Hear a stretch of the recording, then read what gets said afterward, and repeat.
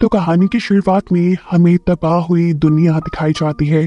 पूरी जमीन बंजर हो चुकी थी सिवाय ऑस्ट्रेलिया के एक इलाके के जिसका नाम था green place of different mothers. यहाँ की जमीन में पानी बचा था, खेती करके फल उगाए जाते थे और यहाँ बहुत सी औरतें भी रहती थी। इसी इलाके में फ्यूरियोसा नाम की एक लड़की एक पके हुए फल को लेने के लिए जब आई तो उसे अपने इलाके के पास कुछ हलचल सुनाई दी। करीब जाकर देखा तो वहाँ बहुत से बाइकर्स थे, जिसमें से एक की बाइक का ऑयल पाइप फ्यूरियोसा काट देती है और जैसे ही दूसरी बाइक का पाइप काटने वाली होती है तो दूसरा बाइकर उसे देख लेता है। इससे पहले कि वो उसे पकड़ता, फ्यूरियोसा उसकी टांग में कोई नाइफ स्टैब करते हुए वहां से भाग गई। भागते हुए उसने जोर जोर से सीटी बजाना शुरू कर दी थी, जिससे उस इलाके के लोगों को वहां आने वाले खतरे के बारे में पता चल गया। इससे पहले कि वो भी बचकर आबादी वाले इलाके में पहुंच पाती, बाइकर एक रोप उसकी तरफ उड़ाते हुए उसे रोकने में कामयाब हो जाता है और ये लोग फ्यूरियोसा को उठाकर वहां से ले जाने लगते हैं। दूसरी तरफ फ्यूरियोसा की मोम और वहाँ के सारे वॉरियर्स अपने घोड़ों पर सवार फ्यूरियोसा को बचाने के लिए इन बाइकर्स का पीछा करने लगे थे। घोड़े पे सवार ही फ्यूरियोसा की मोम चलते बाइक के ऊपर से बाइकर का गला काट देती है, जिसके बाद उन्होंने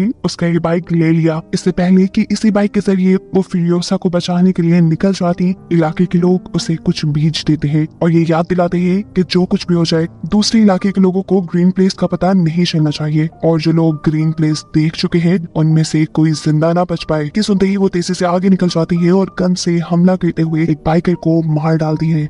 उसके आगे वाले दो बाइकर्स रुककर ये देखने की कोशिश करते हैं कि आखिर क्या हुआ, वो बाइकर क्यों गिरा। तो इन्हें अब दूर से आती फ्यूरियोसा की मोम दिखाई दे रही थी। डरकर इन्होंने अपनी बाइक्स दौड़ा दी, जबकि फ्यूरियोसा ने मौका पाते ही उस बाइक का ऑयल पाइप काट दिया था जिस पर उसे बांधा गया था। फ्यूरियोसा की मोम उस मरे हुए बाइकर की बाइक के स्पेयर पार्ट से अपना बाइक ठीक करती है और उस बाइक का सारा फ्यूल अपने बाइक में डालते हुए दोबारा बाइकर्स के पीछे लग जाती है। चलते चलते अब रात भी हो चुकी थी। बाइकर्स ने जिस बाइक पर फ्यूरियोसा को बांधा हुआ था उस बाइक का फ्यूल भी खत्म हो जाता है, क्योंकि फ्यूरियोसा ने उसका फ्यूल पाइप जो काट दिया था। ऐसी हालत में ये दोनों बाइकर्स आपस में ही लड़ पड़े और मौका पाते हुए फ्यूरियोसा अपने हाथ छुड़वाकर वहां से भाग निकली, पर घर पहुंचने में कामयाब नहीं हुई क्योंकि बाइकर्स उसे दोबारा पकड़ चुके थे, जिससे लेकर वो दोबारा अपने इलाके की तरफ निकल जाते हैं। सुबह होने पर हम देखते हैं कि फ्यूरियोसा की मोम बाइकर्स के कैंप तक भी पहुंच गई है, जहां उन्हें ग्रीन प्लेस में आए हुए बाइकर्स और फ्यूरियोसा भी नजर आ गई। वो एक बाइकर को शूट करके मार देती है, लेकिन दूसरा बाइकर फ्यूरियोसा को लेकर सही सलामत अपने कैंप में पहुंच जाता है और वहाँ लोगों को ये खुशखबरी देता है कि उन्हें ग्रीन प्लेस का पता चल गया। वहाँ बहुत सारे रिसोर्सेज और औरतें हैं। उसकी ये बात सुनते ही फ्यूरियोसा जान गई कि अब उसके इलाके और इलाके के लोगों को खतरा होने वाला है, कि जरूर अपने लोगों को ग्रीन प्लेस की लोकेशन बता देगा। इसीलिए फ्यूरियोसा होशियारी दिखाती है और इस आदमी के गले में रस्सी का फंदा डालते हुए सबके सामने उसे बाइक से गिराकर मार देती है। आखिर उसने और उसकी मॉम ने उन सभी बाइकर्स को मार दिया था जिन्हें ग्रीन प्लेस की लोकेशन पता थी। अब फ्यूरियोसा को ये बाइकर्स अपने लीडर के पास लेकर जाते हैं, क्योंकि वही है जो इन्हें ग्रीन प्लेस तक ले जा सकती है। बाइकर्स का लीडर चालाक था काफी, वो यहाँ खुद भी फ्यूरियोसा से अच्छा बिहेव करता है और सब लोगों को भी उसका ख्याल रखने को कहता है, ताकि वो उसे झांसा देकर उससे ग्रीन प्लेस का पता चलवा सके। रात होने पर फ्यूरियोसा की मॉम भी इसी कैंप में आ गई। उन्होंने मरे हुए बाइकर के कपड़े उतारकर अपने आप को बिल्कुल उन जैसा ही बना लिया। वो यहाँ असल में फ्यूरियोसा को ढूंढने के लिए आई थी, जिसे ढूंढने के लिए वो हर कैंप में जाते हैं और जहाँ उसे फ्यूरियोसा नहीं मिलती वहाँ के सभी लोगों को शूट करके मार डालती है। जिसके बाद आखिर वो उस कैंप में भी पहुंच गई जहाँ फ्यूरियोसा थी। फ्यूरियोसा को लेने के बाद वो आखिरी लड़की को यहाँ मारने वाली थी, लेकिन वो लड़की कहती है, नहीं मुझे नहीं मारो, मैं भी तुम्हारी बेटी की तरह यहाँ कैदी हूँ। ये सुनकर फ्यूरियोसा की मॉम ने उसे छोड़ दिया और अपनी बाइक पर फ्यूरियोसा को लेकर वहाँ से भाग गई, लेकिन वो नहीं जानती थी कि जिस लड़की पर वो रहम करके उसे छोड़ कर आई वही उसे फंसा देगी। वो जाकर अपना इमरजेंसी अलार्म बजा देती है और ऐसे बहुत सारे लोग फ्यूरियोसा और उसकी मॉम के पीछे पड़ जाते हैं। दूर से ही इन बाइकर्स ने उनके ऊपर बम से हमला किया, जिसकी वजह से फ्यूरियोसा की मोम के सारे कपड़े जल गए। जिस आग से बचने के लिए उसने अपने ऊपर पहना हुआ आर्मर सूट वहां उतारा और दोबारा बाइक पे बैठकर जितना तेजी से हो सकता था उतनी तेजी से वहां से भाग गई। बहुत दूर निकलने के बावजूद भी बाइकर बिल्कुल उनके पीछे थे। फ्यूरियोसा की मोम अब ये बात जान गई कि वो इनसे नहीं बच पाएंगी, इसलिए वो बाइक से उतरकर फ्यूरियोसा को बाइक दे देती है और उसे अकेले घर जाने को कहती है। साथ ही उन्होंने फ्यूरियोसा को एक पीच सीट भी दिया और कहा कि वापस जाकर इसे जरूर रुका देना, और खुद वो बाइकर्स को शूट करने के लिए यहाँ रुक गई। लेकिन कितने भी लोगों का अकेले मुकाबला करती वो, जल्द ही उसे सारे बाइकर्स घेर लेते हैं। फ्रियोसा भी इन्हीं लोगों के हाथ लग जाती है और आकर देखती है कि उसकी मोम को इन लोगों ने एक दरख्त से बांधा था, जिनको उसकी आंखों के सामने ही बेदर्दी से मार दिया जाता है। जिसके बाद बाइकर्स का लीडर उसे अपने जैसे कपड़े पहनाकर एक पिंजरे में बांध लेता है और उसे फोर्स करता है वो सब देखने के लिए जिसे वो अपनी एंटरटेनमेंट समझते थे। यहाँ उसने फ्रियोसा को अपनी बेटी का टेडी बियर भी दिया, जिसे फ्रियोसा ने गिरा दिया। उससे में बाइकर का लीडर उसे यहाँ से ले जाने को कह देता है। उसके साथ एक बूढ़ा आदमी भी जा रहा था, जो फ्रियोसा को कहता है अगर तुम मुझसे लिखना पढ़ना सीख लो तो तुम हमारे लीडर के लिए एक काम का बंदा बन जाओगी, ऐसे वो तुम्हें टॉर्चर नहीं करेंगे। लेकिन फ्रियोसा किसी की सुनने वाली नहीं थी। वो चुपके से अपने हाथ के ऊपर टैटू बनाती है, इस जगह से ग्रीन प्लेस तक का, क्योंकि उसे उम्मीद थी वो एक ना एक दिन ग्रीन प्लेस वापस जरूर जाएगी। और उसे ये भी डर था कि कहीं उस वक्त तक वो रास्ता भूल गई तो, इसीलिए उसने पूरा रास्ता, पूरा मैप अपने बाजू पे ही बना डाला। खैर वक्त गुजरता है और हम देखते हैं कि एक दिन ये सभी बाइकर्स कहीं जा रहे थे तो दूर उन्हें एक लाल धुआं उड़ता दिखाई देता है। उन्हें पता चला कि वहाँ लोग रह रहे होंगे। ये लोग उस धुएं का पीछा करते हुए वहाँ पहुंचे तो वहाँ उन्हें एक वॉर बॉय मिला, जो उन्हें यहाँ के सिटाडेल यानी यहाँ के किले तक ले गया। किले में इमोर्टल जॉय की हुकूमत चलती थी। उसके पास पानी था, वो यहाँ खाना उगाता था और यही खाना वो अपने सोल्जर्स को दिया करता था। उसने अपने सोल्जर्स को ऐसा गाइड किया हुआ था कि वो उसके लिए मरने को भी तैयार थे। ये बाइकर्स जिनके पास रिसोर्सेज की कमी थी, वो इमोर्टल जॉय से कहते हैं कि अगर तुमने हमारे साथ कोऑपरेट ना किया और हमें चीजें ना दी तो हम तुम्हारे साथ जंग कर लेंगे। लीडर की ये बात सुनकर उसका मजाक उड़ाने वाले अंदाज में इमोर्टल जॉय अपने एक वॉर बॉय को मरने को कहता है और बाइकर्स के लीडर को ये प्रूफ कर देता है कि तुम लोग चाहे जितने भी ताकतवर हो, मेरी फौज के आगे कुछ भी नहीं, ये सब मेरे लिए मर मिटने को तैयार है। उसकी बात अभी पूरी ही हुई थी कि तभी यहाँ उसके लोगों ने इन सभी बाइकर्स के बाइक को लटकी हुई चैन से उठा लिया। बाइकर्स के पास और कोई रास्ता नहीं बचा सिवाय अपने आप को बचाने के लिए यहाँ से भागने के। वो जब यहाँ से भाग रहे थे तो बाइकर्स का लीडर देखता है कि फ्रियोसा अपने जेल से गिरकर वहाँ एक खड्डे में फंस गई है। अपनी जान पे खेलकर वो फ्रियोसा की जान बचाता है और ये लोग वहाँ से भाग निकलते हैं। रास्ते में इन्हें एक और किला नजर आता है। इस किले का नाम था गैस टाउन। यहाँ पर ऑयल को रिफाइन किया जाता था, इसके जरिए ही इमोर्टल जॉय के वेपन्स और व्हीकल्स चलते थे। बाइकर्स का लीडर इस किले के ऊपर कब्जा करने का प्लान करता है ताकि यहाँ के ऑयल की वजह से वो इमोर्टल जॉय को ब्लैकमेल कर सके। लेकिन मसला ये था कि यहाँ की भी सिक्योरिटी काफी सख्त, जिसे चकमा देने के लिए वो अपने काफी सारे लोगों को वॉर बॉयज में बदल देता है और गैस टाउन के गेट तक पहुंचता है। ये लोग उनके लिए गैस टाउन का जब गेट ही खोलते तो बाइकर्स का लीडर अपने भेस बदले हुए लोगों को मार देता है, उन लोगों को ये बावर कराने के लिए कि इन्होंने इमोर्टल जॉय के किले के ऊपर कब्जा कर लिया और उनके लोग अब उसके गुलाम हैं। ये देखते हुए गैस टाउन वालों ने भी उसके लिए ये दरवाजे खोल दिए। गैस टाउन पर कब्जा करने के बाद सबसे पहले बाइकर्स का लीडर यानी डिमेंटस इस टाउन के लीडर की फिंगर्स काट कर इमोर्टल जॉय को भेजता है, जो देखकर इमोर्टल जॉय जान गया कि अब आहिस्ता आहिस्ता डिमेंटस के हाथ पावर आ रही है। उसकी सारी की सारी पावर उस ऑयल की वजह से है जिसके ऊपर अब डिमेंटस ने कब्जा कर लिया है। इसीलिए वो डिमेंटस को मीटिंग का पैगाम भिजवाता है। डिमेंटस सोच चाहता ही क्या था, उसे तो खुद बेसिक सप्लाईज चाहिए थी जो इमोर्टल जॉय के पास थी, जिसकी डील करने के लिए वो गैस टाउन के लीडर को लेकर उसके सामने आ जाता है। गैस टाउन का लीडर इमोर्टल जॉय का भाई था और काफी बीमार भी।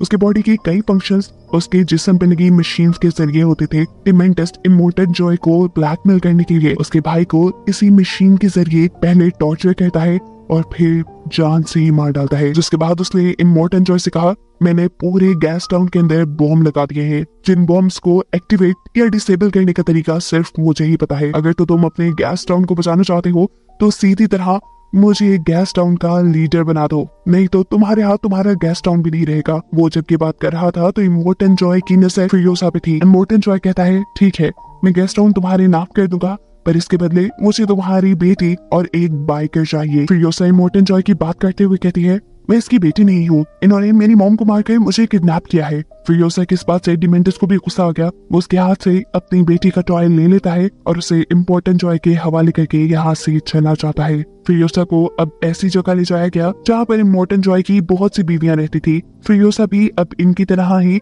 इमोर्टल जॉय की एक बीवी बनकर उसके हरम में रहने वाली थी। ये सारी की सारी औरतें बहुत अच्छी थी, वो फ्रियोसा के साथ अच्छा सलूक भी करती हैं, लेकिन फ्रियोसा सिर्फ इसी चीज पे फोकस करती है कि कैसे इमोर्टल जॉय इन सभी लड़कियों को अपने साथ रखने पर फोर्स करता है। इधर वो देखती है कि जब इमोर्टन जॉय की एक बेटी पैदा होती है तो गुस्से में वो अपनी बेटी को जिंदा दफनाने का ऑर्डर दे देता है। उसे सिर्फ बेटे चाहिए थे, ऐसा नहीं था कि उसके पास बेटे नहीं थे, उसके बहुत से बेटे थे, लेकिन उसकी नजर में कोई एक भी हेल्दी नहीं था। इसलिए उसने इन सबको वॉर बॉय के तौर पे रख लिया। उसने इतनी सारी बीवियां भी इसीलिए रखी हुई थी कि एक दिन तो उसका हेल्दी बेटा पैदा होगा जो उसकी तरह फिर उसके इस सिटाडेल पर हुकूमत करेगा। हम देखते हैं कि इमोर्टन जॉय के एक बेटे की नजर यहाँ फ्यूरियोसा के ऊपर पड़ जाती है। वो उसे बालों से पकड़कर जब उसके साथ ज्यादती करने की कोशिश करता है तो फ्यूरियोसा इस मर्तबा तो अपने बाल छुड़ाकर भाग जाती है, लेकिन अगली मर्तबा वो अपने साथ ऐसा नहीं होने देना चाहती थी।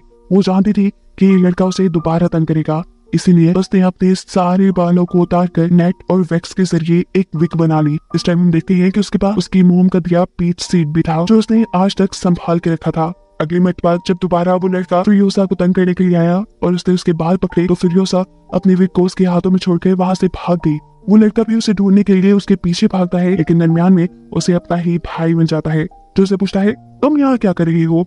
इस लड़की के पास कोई जवाब नहीं था। वो अपने हाथ में पकड़ी हुई फ्यूरियोसा की विग भी वहां फेंक चुका था क्योंकि उसे डर था कि कहीं उसके डैड उसे देखकर उसको सजा न सुना दे। खैर वो यहाँ फ्यूरियोसा को ढूंढने की कोशिश तो बहुत करता है, लेकिन फ्यूरियोसा मिलती नहीं क्योंकि वो यहाँ अपने आप को एक लड़के की तरह बना चुकी थी। ऐसे उसने अपनी इज्जत भी बचा ली और उसे सिटाडेल के अंदर काम भी मिल गया। उछलने कूदने में तो वो बहुत तेज थी, इसलिए उसे काम भी आ गया था इमोर्टन जॉय की बड़ी बड़ी मशीन्स के अंदर चेन्स को फिट करने का। वक्त गुजरता है और हम देखते हैं कि 15 साल बाद अब फ्यूरियोसा बड़ी हो चुकी है। कोई भी उसे पहचान नहीं पाया कि वो लड़की है, वो भी इसलिए क्योंकि आज तक फ्यूरियोसा ने गूंगा बनने का नाटक किया और साथ ही इमोर्टन जॉय के वो सारे रिचुअल्स पूरे किए जिसके जरिए उसे यकीन आ गया कि फ्यूरियोसा भी उसके लिए लॉयल है। इस मर्तबा इमोर्टन जॉय इन्हें एक बड़ी सी ड्रिल बनाने का काम देता है जो कि किसी भी चीज को आसानी से तबाह कर सकती थी। ये लोग ऐसी ही एक मशीन बनाने में कामयाब हो भी जाते हैं जिसे ये लोग एक ट्रक के साथ अटैच करके जैसे ही उसे पहली टेस्ट ड्राइव के लिए बाहर लेकर जाते हैं तो इसके ऊपर डिमेंटस के लोग हमला कर देते हैं। डिमेंटस के लोग पैराशूट्स के जरिए इस मशीन पर और वॉर बॉयज के ऊपर बॉम्ब से हमला करते हैं। जैक जो कि इस ट्रक को ड्राइव कर रहा था वो ये ट्रक रोकता नहीं बल्कि चलाता रहता है। डिमेंटस के लोग इस ट्रक के ऊपर भी हमला कर देते हैं जिसकी वजह से इस ट्रक में एक मेजर फॉल्ट आ चुका था। इस वक्त फ्यूरियोसा बहादुरी दिखाती है और चलते ट्रक के नीचे जाकर उस फॉल्ट को ठीक करने की कोशिश करती है ताकि जैक इस ट्रक को तेजी से यहाँ से भगाकर ले जा सके, पर उसकी ये कोशिश नाकाम करने के लिए डिमेंटस का एक आदमी भी ट्रक के नीचे आ गया। वो ट्रक के नीचे एक बॉम्ब प्लेस कर रहा था। फ्यूरियोसा न सिर्फ उससे लड़ती है बल्कि उसे मारकर गिराते हुए वो उसका बॉम्ब भी अपने ट्रक से डालने पर कामयाब हो चुकी थी। इसके बाद वो ट्रक का फॉल्ट ठीक करते हुए ट्रक के अंदर भी आ गई। ट्रक के बाहर की तरफ डिमेंटस के बाइकर अभी भी वॉर बॉयज को मार रहे थे और जब वॉर बॉय डिमेंटस के छोटे से ट्रक पर हमला करता है तो उस ट्रक का एक्सीडेंट होकर वो ट्रक रिक ट्रक से टकरा गया जिसकी वजह से फ्यूरियोसा को झटका लगा और उसके सर पे लगी हैट उतर गई। उसके उड़ते हुए बाल देखकर जैक के सामने उसका राज खुल गया कि वो एक लड़की है। ये लोग अभी अपनी जंग के ऊपर ध्यान देते हैं और फ्यूरियोसा तीर से हमला करते हुए उड़ने वाले बाइकर्स को मारने में कामयाब हो जाती है। अपने दुश्मनों को खत्म करने के बाद उसने जैक को गन पॉइंट पे ले लिया क्योंकि वो जानती थी कि जैक अब उसके लिए मसला खड़ा कर देगा। लेकिन यहाँ जैक उसे कहता है, तुम एक अच्छी वॉरियर हो और मुझे इस चीज से फर्क नहीं पड़ता कि तुम्हारा जेंडर कौन सा है। हमें काम दिया गया है इस रिक को कंट्रोल करने का और मैं चाहता हूँ कि तुम एक टीम मेंबर की तरह इसमें मेरा साथ दो। फ्यूरियोसा मान जाती है और ये लोग इसी रिक ट्रक को लेकर गैस टाउन के अंदर पहुंचते हैं जहाँ काफी सालों बाद डिमेंटस फ्यूरियोसा को दिख रहा था, लेकिन अब वो काफी बड़ी हो चुकी थी इसलिए डिमेंटस ने उसे पहचाना नहीं। पता चलता है कि डिमेंटस के पास ऑयल की सप्लाईज खत्म हो गई है जिसके बदले में वो दूसरी सप्लाईज इमोर्टन जॉय से लेता था। वो यहाँ जैक से कहता है कि मेरी किसी तरह इमोर्टन जॉय से मीटिंग करवा दो। जैक मान जाता है लेकिन वो बिना ऑयल इन्हें कोई सप्लाई देने को तैयार नहीं था, इसलिए ये सारे बाइकर्स उनके ऊपर हमला कर देते हैं और सारा फूड चुराने लग जाते हैं जिसे बचाने के लिए फ्यूरियोसा अपना ट्रक लेकर यहाँ से बाहर निकल जाती है और जैक उन लोगों को मारने लग जाता है जो उनके ट्रक के पास आने की कोशिश कर रहे थे। खैर ये लोग अब बचते बचाते वापिस अपने सिटाडेल में पहुंच जाते हैं और इमोर्टन जॉय को डिमेंटस से मिलने का पैगाम दे देते हैं। इस सारी लड़ाई में फ्यूरियोसा को एक तीर भी लग चुका था। जैक उस तीर को उसके कंधे से बाहर निकालता है और फिर उसे स्टिचेस लगाता है। बातों ही बातों में ये लोग बहुत करीब आ गए। जैक ने उससे पूछा कि तुम्हारे पेरेंट्स की कैसे डेथ हुई थी। फ्यूरियोसा ने बताया कि उसे ये बाइकर्स ही किडनैप करके यहाँ छोड़ गए थे। फ्यूरियोसा यहाँ पर उसे वो पीच सीड भी दिखाती है जो उसकी मोम ने उसे दिया था, जिसके बाद वो उसे अपना हाथ दिखाती है जहाँ पर ग्रीन प्लेस जाने तक का नक्शा बना था। उसे आज भी उम्मीद थी कि वो वहां जा सकेगी। जैक कहता है, मैं वादा करता हूँ, मैं कोशिश करूंगा कि तुम्हें तुम्हारी जगह तक पहुंचा दूं। और फ्यूरियोसा कहती है, मैं चाहती हूँ कि तुम भी मेरे साथ आओ। यहाँ पर इन्हें इमोर्टल जॉय का मैसेज मिलता है कि वो डिमेंटस से मीटिंग के लिए जा रहा है और इन्हें भी अपनी पूरी फौज तैयार करके उसके पीछे जाना होगा। जैक इस मर्तबा उसे रिग में नहीं बिठाता बल्कि एक लेदर ट्रक चलाने का काम देता है, क्योंकि उसका प्लान था कि वो सबको चकमा देते हुए इसी ट्रक के जरिए ग्रीन प्लेस तक पहुंच जाएंगे। ये लोग जैसे ही गैस टाउन पहुंचते हैं तो एक ट्रक पहले ही गैस टाउन के अंदर जाने में कामयाब हो जाता है, जबकि फ्यूरियोसा यहीं से अपना मुंह मोड़ लेती है। वो अब इंतजार कर रही थी कि जैक भी उसके साथ आएगा, लेकिन जैक ने उसके साथ आने के बदले हवा में एक ग्रीन स्मोक छोड़ा, जिसका मतलब था वो यहाँ जंग करने के लिए वॉर बॉयज को बुला रहा था। ये देखकर फ्यूरियोसा नाराज हो गई और अकेले ही वहां से निकल गई। इससे पहले कि वो ग्रीन प्लेस तक पहुंच जाती उसके पास मौका भी था, लेकिन वो नहीं गई। उसके दिल में जैक का ख्याल आया जो वहां अकेले जंग लड़ रहा था, इसीलिए वो जैक की मदद करने के लिए वापस गैस टाउन में आ जाती है और अपनी स्नाइपर उठाकर यहाँ सबको शूट करना शुरू कर देती है। उसी की गोली डिमेंटस को भी छूकर गुजरी। जैक अपने रिग से गैस टाउन का गेट तोड़ते हुए उसके अंदर चला जाता है और इसी रिग के ऊपर लगी हुई ड्रिल को चलाकर वो अब यहाँ का सारा स्ट्रक्चर तोड़ने लग चुका था। ऐसा करते हुए बाइकर्स भी उसे रोकने के लिए उस पर हमला करती हैं और इस सब में उसका रिग टूटकर वो खुद एक गड्ढे में गिर जाता है। ठीक टाइम पर फ्यूरियोसा यहाँ एंट्री करती है और एक बाइक से चैन लटकाते हुए उसे यहाँ से बचा निकालती है, जिसके बाद ये लोग एक दूसरे ट्रक में बैठकर यहाँ से बाहर निकल जाते हैं। अब इन लोगों का इरादा था कि ये लोग यहाँ से भागकर ग्रीन प्लेस निकल जाएंगे, लेकिन ये नहीं जानते थे कि डिमेंटस उनके पीछे पीछे था। डिमेंटस का ट्रक जैसे ही फ्यूरियोसा के ट्रक के साथ जुड़ता है तो फ्यूरियोसा उस ट्रक के ऊपर हमला करने के लिए अपनी गन बाहर निकालती है और इस सब में उसका हाथ दोनों ट्रक्स के दरमियान आ जाता है। ये वही हाथ है जिसके ऊपर उसने मैप बनाया हुआ था। ये लोग अब डिमेंटस के हाथ आ चुके थे। इन दोनों को डिमेंटस ने बंदी बना लिया था। एकदम से इन लोगों के इर्द गिर्द बाइक्स घूमना शुरू हो जाते हैं। जैक को ये लोग एक बाइक से बांधकर गोल दायरों में घुमाते हैं, जिसकी वजह से वो हर गुजरते सेकंड अपनी मौत के करीब जा रहा था, जबकि फ्यूरियोसा को तो उन्होंने जंजीरों से बांध दिया था। इन लोगों के इर्द गिर्द भी बाइक्स तेजी से घूम रहे थे और डिमेंटस ये सब देखकर एंटरटेन हो रहा था। जब वो इस सारी चीजों से बोर हो जाता है तो पीछे मुड़कर फ्यूरियोसा को दिखता है, जो अब अपना कटा हुआ बाजू छोड़कर वहां से भाग चुकी थी। उस समय डिमेंटस उसका पीछे करने के लिए जब अपने ट्रक में बैठकर आगे बढ़ता है तो उसे पता चला कि उसके ट्रक का टायर भी फ्यूरियोसा उतार चुकी थी, जिसकी वजह से उनका एक्सीडेंट हो गया। फ्यूरियोसा जिस बाइक के जरिए यहाँ से भाग रही थी, थोड़ी दूर जाने पर उस बाइक का पेट्रोल खत्म हो जाता है और ऐसे फ्यूरियोसा को अपना आगे का सफर पैदल तय करना पड़ा। उसका बाजू बुरी तरह जख्मी था, खून निकल रहा था। ऊपर से इस एरा में तपती धूप थी, जिस सब के चलते वो यहाँ बेहोश हो गई। उसकी खुशकिस्मती कि यहाँ पर उसे सिटाडेल के वॉर बॉय ने देख लिया, जो उसे वापस सिटाडेल ले आया। यहाँ पर उसका इलाज हुआ और जब उसे होश आया तो उसने पागलों की तरह इमोर्टल जॉय से मिलने की बात की। उसे जब इमोर्टल जॉय के पास ले जाया गया तो वो इमोर्टल जॉय को बताती है कि डिमेंटस जल्द ही उनके ऊपर वार करने के लिए आ रहा है। उसने गैस टाउन को भी तबाह करने का प्लान किया है और अब वो सिटाडेल को हथियाना चाहता है। इस सब के लिए इमोर्टल जॉय प्लान करता है कि वो लोग उसके गैस टाउन को तबाह करने से पहले ही वहां पर पहुंच जाएंगे। ये नहीं, इससे पहले कि डिमेंटस सिटाडेल पर हमला करे, ये लोग जाकर गैस टाउन पे हमला करने वाले थे। ये लोग जैसे ही गैस टाउन के करीब पहुंचते हैं तो डिमेंटस भी इन्हें देखकर जंग का ऐलान कर देता है। सिटाडेल और गैस टाउन के दरमियान में इन दोनों पार्टीज के दरमियान जंग शुरू हो जाते हैं, जो हफ्तों चली। दोनों टीम्स के लोग एक दूसरे को बुरी तरह मारते रहे और इस सब के दौरान फ्यूरियोसा ने सिटाडेल में जाकर अपना एक मैकेनिकल आर्म बना लिया और फिर एक खराब कार लिए वो दोबारा जंग के स्पॉट पे निकल गई। वहां जाकर वो दिखती है कि मोर्टन जॉय के बेटे अपने व्हीकल्स और वेपन्स ठीक कर रहे थे, जहां से वो अपनी कार ठीक करने के लिए भी एक टायर ले लेती है। आगे जाने पर वो दिखती है कि डिमेंटस और उसके बचे कुछ लोग यहाँ से बचकर अपनी जान बचाकर भाग रहे थे, जिनकी नजर भी अब फ्यूरियोसा की कार पर पड़ चुकी थी। इससे पहले कि ये लोग फ्यूरियोसा के ऊपर हमला करते, फ्यूरियोसा तेजी से कार चलाते हुए आती है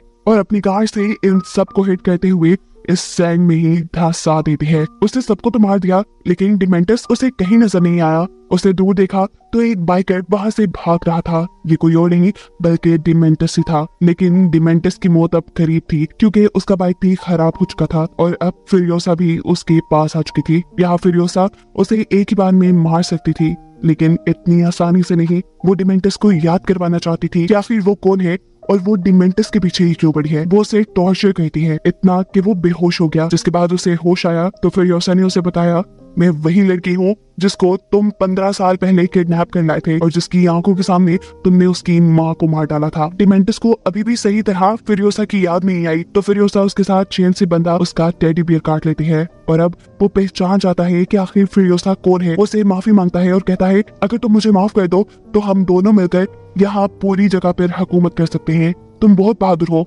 उसकी ये बातें सुनकर फ्यूरियोसा दोबारा उसका टेडी बियर जमीन पे गिरा देती है, जिसके बाद वो उसके सर पे गन पॉइंट कर चुकी थी। सब लोगों को लगा कि फ्यूरियोसा ने उसे मार दिया, लेकिन ऐसा नहीं था। असल में फ्यूरियोसा ने उसे जिंदा दफन कर दिया और उसके ऊपर लगा दिया अपना पीच ट्री, जिसका बीज उसे उसकी मॉम ने दिया था। जमीन ने डिमेंटस के न्यूट्रिएंट्स यानी पावर चूस के एक बहुत बड़ा सा ट्री बना दिया और उसके ऊपर एक पीच भी उगाया, जो सब डिमेंटस अपनी आंखों से देख रहा था। ये बस उसका आखिरी वक्त चल रहा था। इसके बाद शायद वो मर जाता। सीन कट होकर दूसरी तरफ हम फ्यूरियोसा को देखते हैं, जो कि अपनी ग्रिड के जरिए इमोर्टल जॉय की सभी बीवियों को उसकी कैद से सेफली निकालने में कामयाब हो जाती है। वो इन्हें रेस्क्यू करके ग्रीन प्लेस से लेकर जाती और उसे दिखाते हुए ये कहानी यहाँ खत्म हो जाती है।